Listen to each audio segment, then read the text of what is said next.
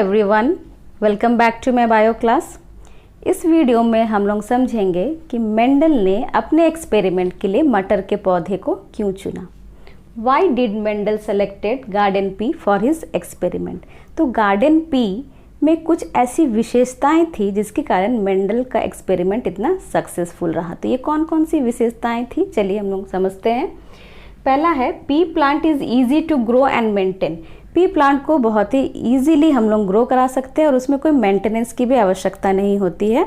उसके nutritional requirement भी बहुत कम है। छोटा पौधा होने के कारण उसको हम लोग कम जगह में भी लगा सकते हैं, तो इस तरह से कोई स्पेशल देखभाल की आवश्यकता नहीं है। दूसरा कारण है pea plant showed visible contrasting traits like tall and short height, green and yellow seed. तो अब हम लोग समझेंगे यहाँ कॉन्ट्रास्टिंग ट्रेट का मतलब क्या होता है। देखिए, मेंडल ने अपने एक्सपेरिमेंट के लिए जो मटर का पौधा चुना, उन्होंने दो तरह का प्लांट लिया, एक टॉल हाइट का, ठीक है, और दूसरा जो प्लांट लिया वो शॉर्ट हाइट का था,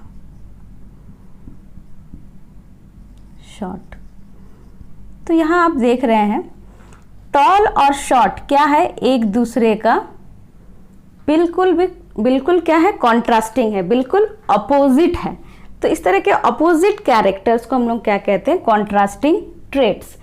तो इससे मेंडल को क्या फायदा हुआ, जब ये ट्रेट्स बिल्कुल एक दूसरे के अपोजिट होंगे तो इजीली वो मेंडल उसको आइडेंटिफाई कर पा रहे थे और हर जनरेशन में वो ट्रैक कर पा रहे थे कि कितने टॉल मिले, कितने शॉर्ट मिले।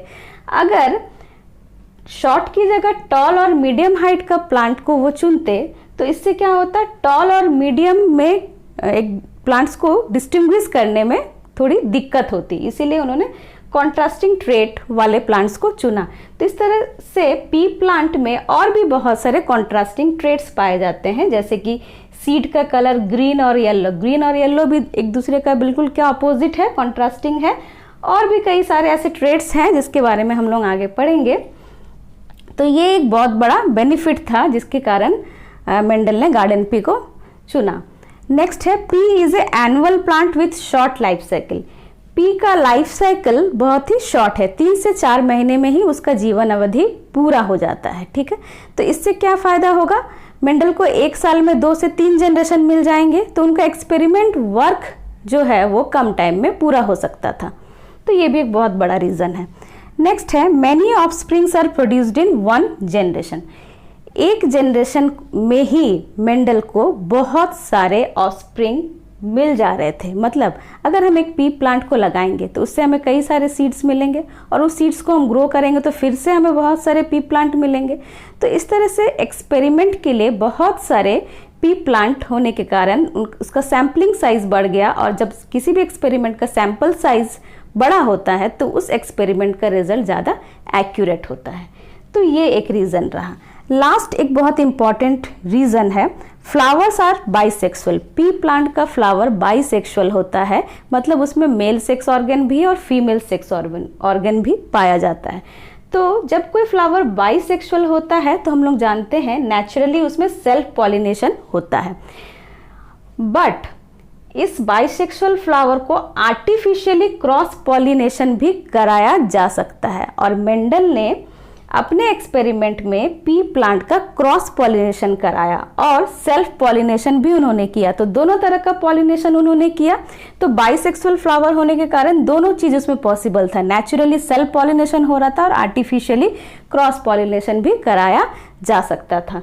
तो ये भी एक रीज़न रहा जिसके कारण मेंडल ने पी प्लांट को अपने एक्सपेरिमेंट के लिए चुना। तो ये सारे रीजंस है। चलिए अब हम लोग देखते हैं पी प्लांट के कॉन्ट्रास्टिंग ट्रेट कौन कौन से थे। तो मेंडल ने अपने एक्सपेरिमेंट के लिए जो पी प्लांट चुना उसमें 7 पेयर्स ऑफ कॉन्ट्रास्टिंग ट्रेट थे। तो वो कौन कौन से थे, देखिए यहाँ पे मैंने लिखा है कैरेक्टर, और ये है डोमिनेंट ट्रेट और रेसेसिव ट्रेट। तो हर कैरेक्टर का 2 ट्रेट होगा, एक डोमिनेंट और दूसरा रेसेसिव।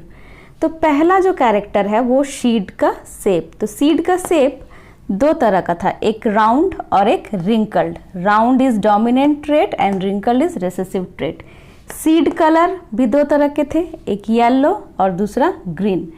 फ्लावर का कलर भी दो टाइप के थे, एक वॉयलेट और दूसरे जो प्लांट होते थे उसमें वाइट कलर के फ्लावर होते थे।